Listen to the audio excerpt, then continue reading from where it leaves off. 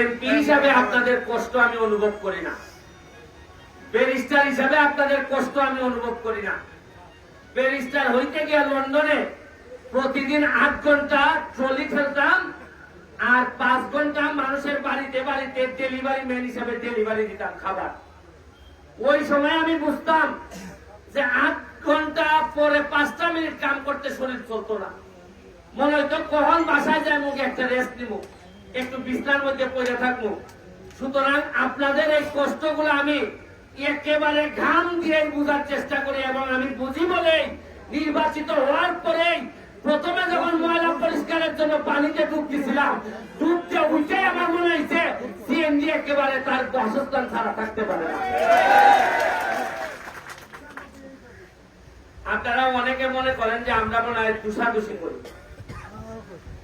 তুষাদুষি করি না রে ভাই।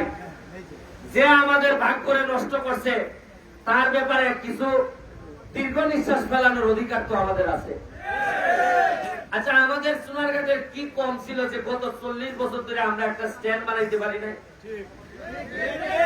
আমরা এমপি পাইছি, আমরা মন্ত্রী পাইছি, আমরা বড় বড় বক্তব্য দেওয়ার লোক পাইছি, কিন্তু একটা স্ট্যান্ড বানানোর লোক পাই নাই। আরে খালি স্ট্যান্ড কেন?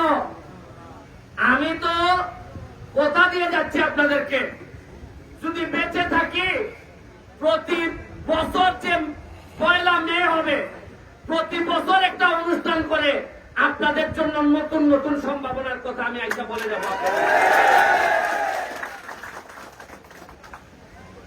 এই মরা নদীতে বাঁচাইতে গিয়া, নদীটারে বাঁচাইতে গিয়া আর আপনাদের 2টা স্ট্যান্ড করতে গিয়ে এই পর্যন্ত খরচ হয়েছে প্রায় 75 লাখ টাকা। কাদির ভাই আমারে বলছে যে 2 লাখ টাকা অন্তত নেই। আমি বললাম কাদির ভাই খান কাছ থেকে টাকা নিতাম, এ বেটায় যদি সিএনজি বেটায় যদি টাকা আমাদের দেওয়ার লাগে 2 লাখ, এ বেটায় যাত্রীর কাছ থেকে নেওয়ার লাগতো না টাকা?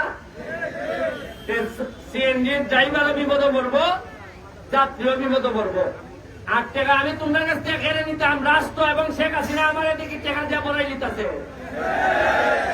ইটা টাকা 10 বছর করছেন কিনা হিসাব চাইল তুই বাক তুই বাইরে দেশ থেকে।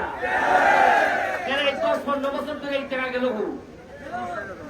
আমি দেখি মাত্র 4 মাসে জননেত্রী শেখ হাসিনা আমারে 29 কোটি টাকা বরাদ্দ দিচ্ছেন। কত কোটি? 2 লাখ টাকা দেওয়া যায় না সিএনজি রে।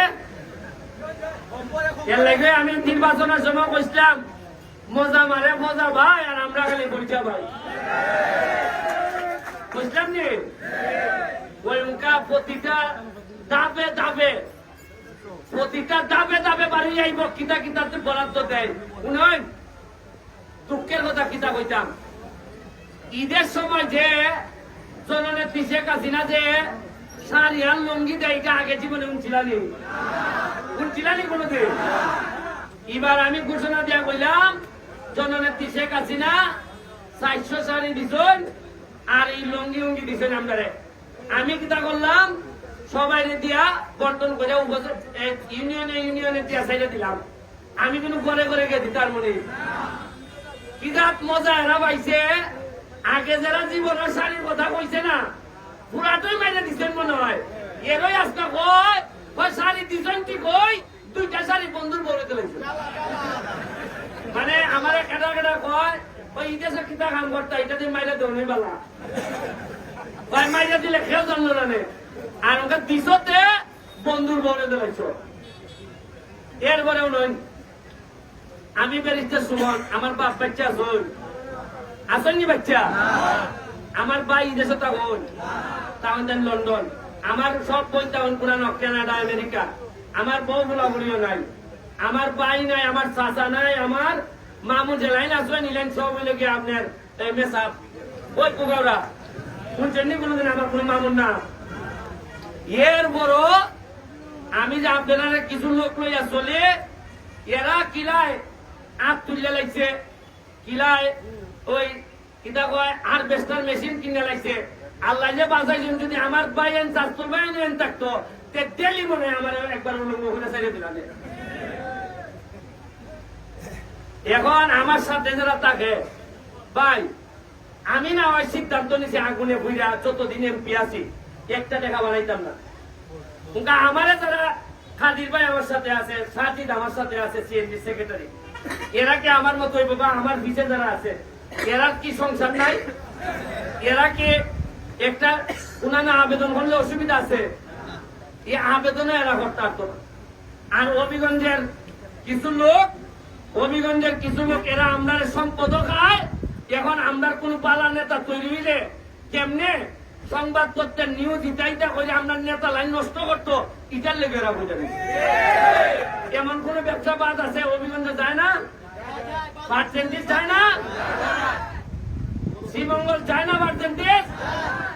বলে না। একটা জিনিস শুনুন, ইটা কইলে তো বেলা আমি খাইছি ভুল।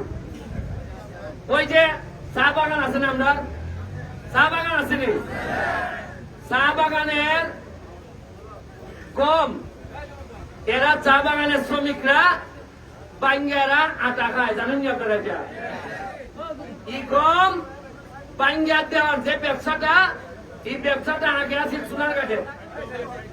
এই ব্যবসাটা বাড়ি দিয়ে লয়ে গেছেন গিয়ে শ্রীমঙ্গলের লোকে, উনানের লোকে। এখন নেওয়ান জ্ঞানে এখন সোনারঘাটের মানুষে আমার ইয়ে করতেছে, ভাই শ্রীমঙ্গলের মানুষে এরার বাগানের ব্যবসাও করে, আবার আমদার বাগানের ব্যবসা করে। আমদার কি সোনারঘাটের মানুষের কি সোনারঘাটের ব্যবসা করার অধিকার নাই? এই কথা কইলেও সাইটিটা মানুষে কয়েকটা আমরা সোনারঘাটের মানুষে বলে সান্দাবাজি আরম্ভ করছে। মানে ব্যবসা পালাও করতে পারো তুমি, তাও তুমি বিপদ করবা।